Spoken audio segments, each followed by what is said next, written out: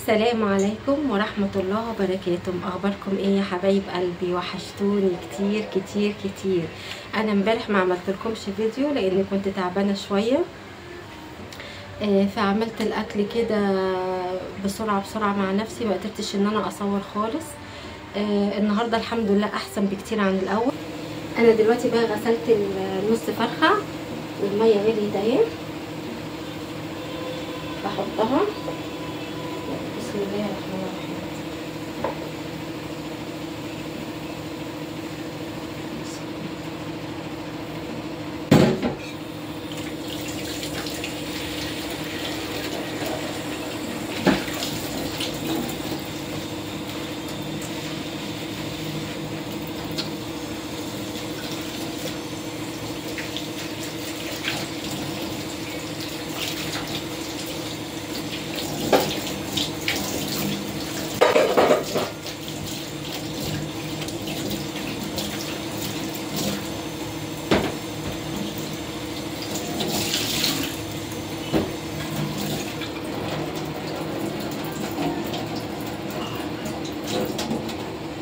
دلوقتي بقى انا هغسل الرز.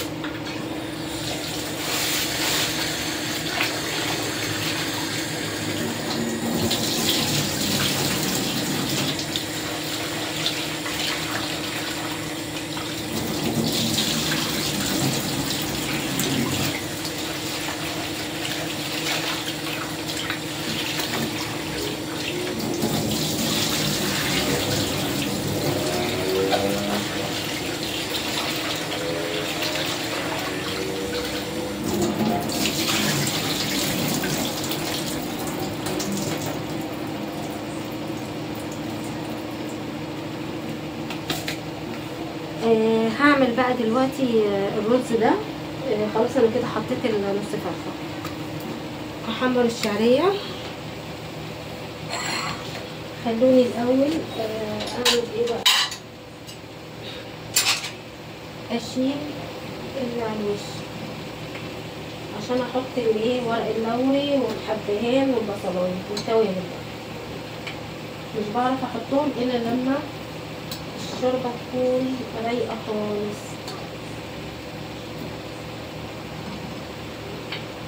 سيبها شويه لحد ايه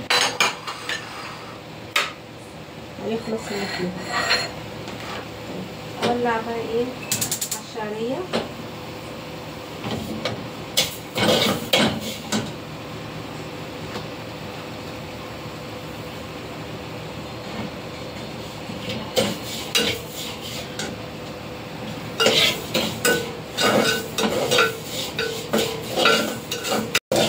دلوقتي بقى الشعريه خلاص اهي اتحمرت حلو.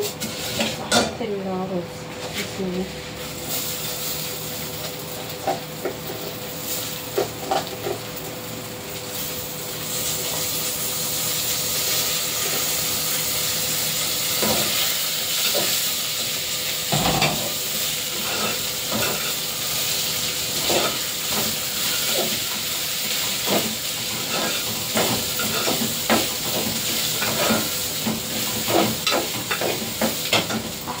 معلقه الملح، معلقه وشويه كده ملح على الرز.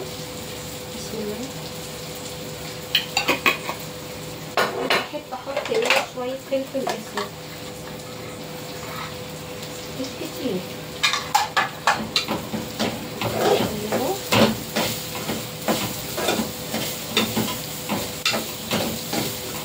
اخليها كده تتحمر شويه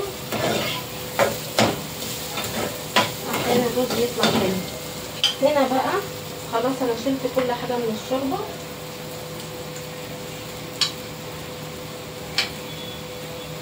هبتدي بقى احط ايه، انا غاسله البصلايه وغاسله الحبهان وورق اللوري.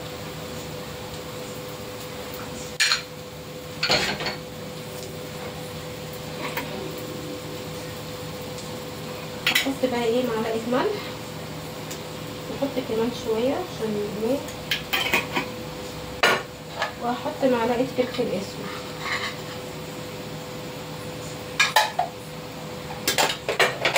بس كده تمام. الشوربه خلاص بقت كويسه. دلوقتي بقى احط الميه بتاعت الرز.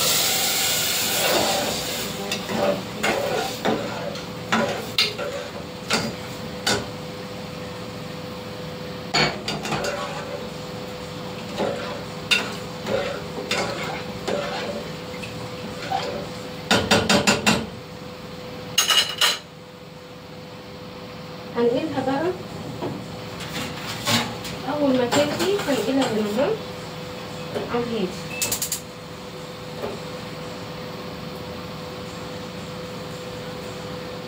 اعلي عليها شويه عشان تغلي. تمام. يلا خليكم معايا بقى ايه، اغسل دول.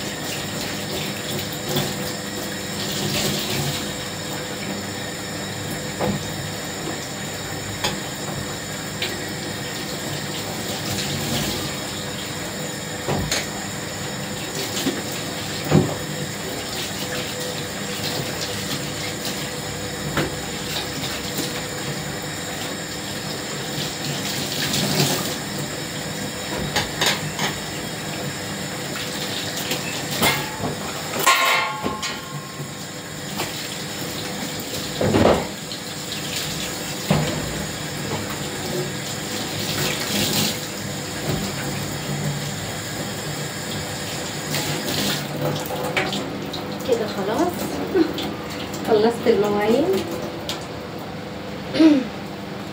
والاكل اهو خلاص. كمان الرز ابتدى يستوي اهو. هحط بقى الرز على الهادي عشان ما يتحرقش كده. نص الفرخه السلق كده. بقى ايه، عملت اهي الحاجه على النار كده. بقى هخليهم كده على الهادي لحد ما يستووا. والبسله بقى هي عندي من امبارح هسخنها. وكده خلاص الاكله بتاعت النهارده. عايزاكم بقى يا حبايب قلبي تبقوا معايا دايما على طول كده، وتعملوا لي كده لايكات على كل الفيديوهات اللي انا بنزلها لكم كل يوم، عشان نفسي افعل القناه ونفسي ابقى موجوده معاكم واقدر افتح لايف، على الاقل ابقى اكلمكم كده، يعني تشوفوني كده وابقى موجوده معاكم وارد على اسئلتكم. ان شاء الله ربنا يكرمني وافعل القناه ان شاء الله.